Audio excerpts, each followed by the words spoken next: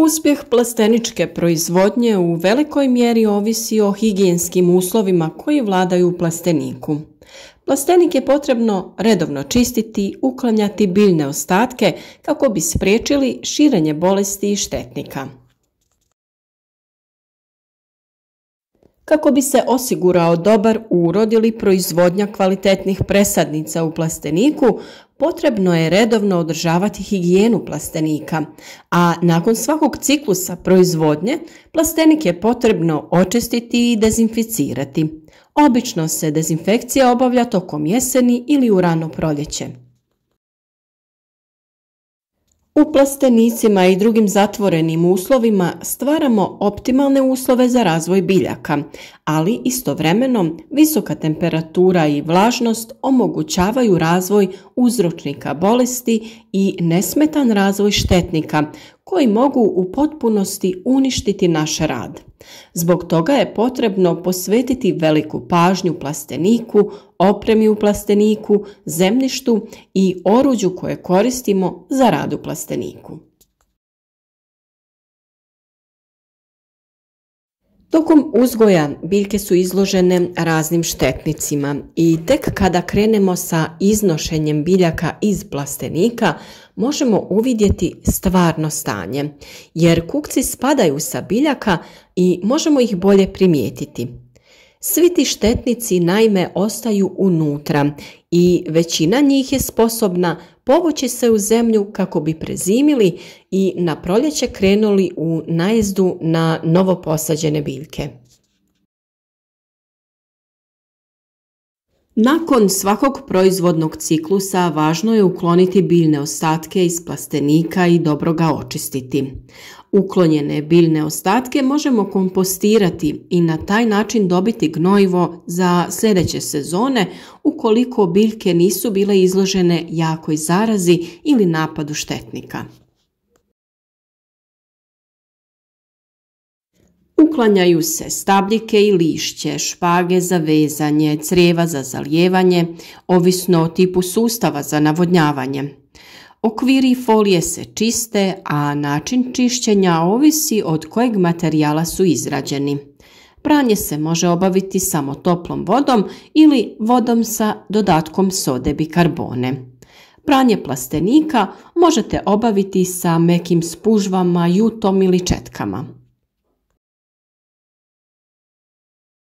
Jedan dio poljoprivrednih proizvođača svake godine uklanja površinski dio zemljišta debljine od 5 do 10 cm i dodaje novi sloj zemljišta. Ovo je naime veoma skup postupak. Kod proizvodnje povrća u plastenicima potrebno je poštovati plodored kako ne bi došlo do nagomilavanja štetnika i uzročnika bolesti.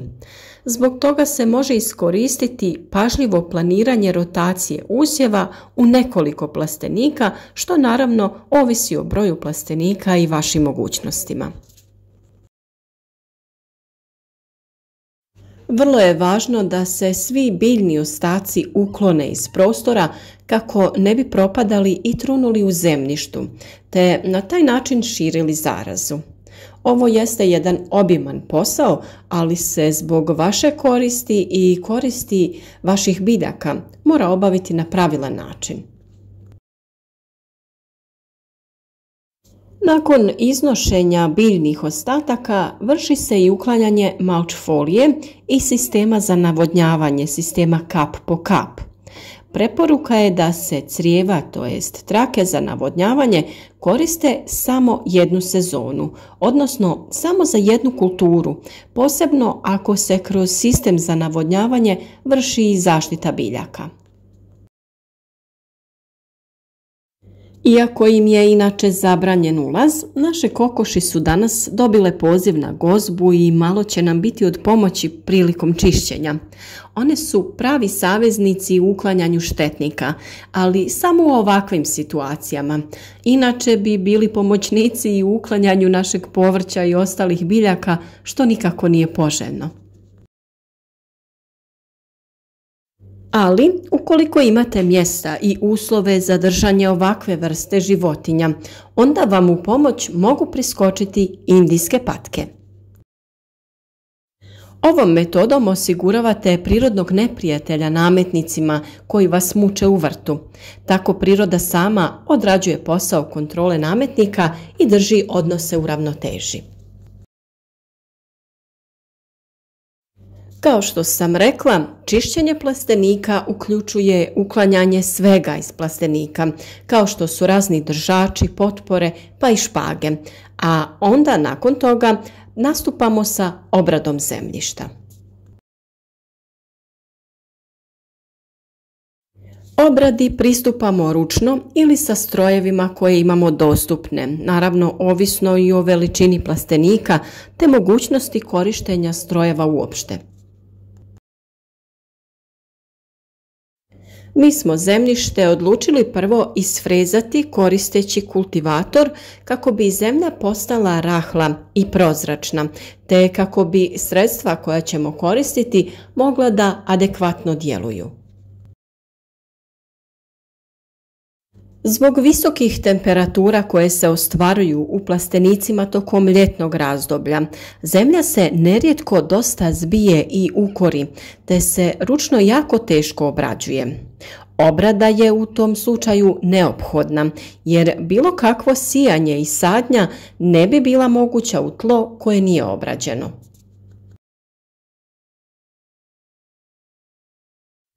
Ukoliko je potrebno, prije same obrade tla, obilno ga zalijte sa vodom nekoliko dana ranije, kako bi obrada bila lakša i kvalitetnija. A zbog tih istih visokih temperatura nije dobro da se dozvoli da zemlja previše zasuši, jer na taj način jako štetimo ovom gornjem sloju zemljišta, čiju strukturu onda moramo redovno održavati i popravljati. Nakon frezanja ćemo također zemlju laganim mlazom vode zaliti kako bi sredstva koja ćemo koristiti mogla da se ravnomjerno upiju i što bolje djeluju.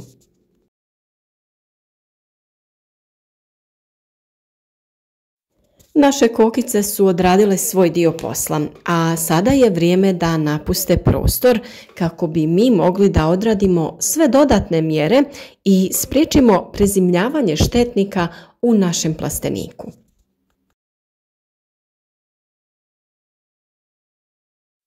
Mi smo se u ovom slučaju odlučili za sredstvo pod nazivom Barsun. Ono dolazi u obliku granulata koje ćemo rasuti po zemljištu. Ovo sredstvo je dobro jer će uništiti sve insekte koji se na kraju sezone povlače sa biljke u zemlju. Do početka sljedeće sezone oni bi čekali i sa toplim danima počeli se razmnožavati i vraćati na površinu. Na ovaj način mi ćemo ih neutralizirati. Primjena ovog sredstva je jednostavna, samo ga je potrebno rasuti po površini zemljišta.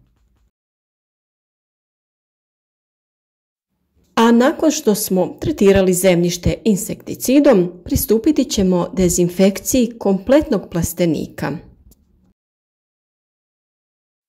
Zaliti ćemo zemljište vodom u koju ćemo pomiješati sredstvo za dezinfekciju. U ovom slučaju koristimo Supra Agro preparat koji je namijenjen za uništavanje bakterija, virusa, algi i gljivica.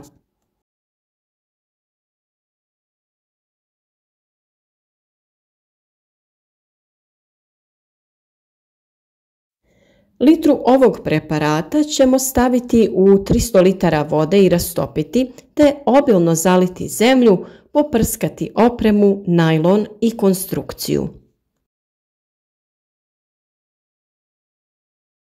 Na ovaj način smo pripremili plastenik za sadnju ozimnih biljaka te ostalih biljaka koje ćemo uzgojiti u ovoj kalendarskoj godini.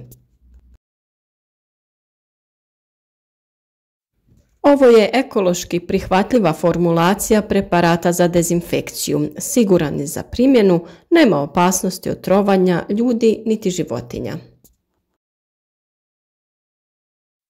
a nakon što obavite sve ove potrebne korake, bezbjedno pristupite sadnji vaših biljaka.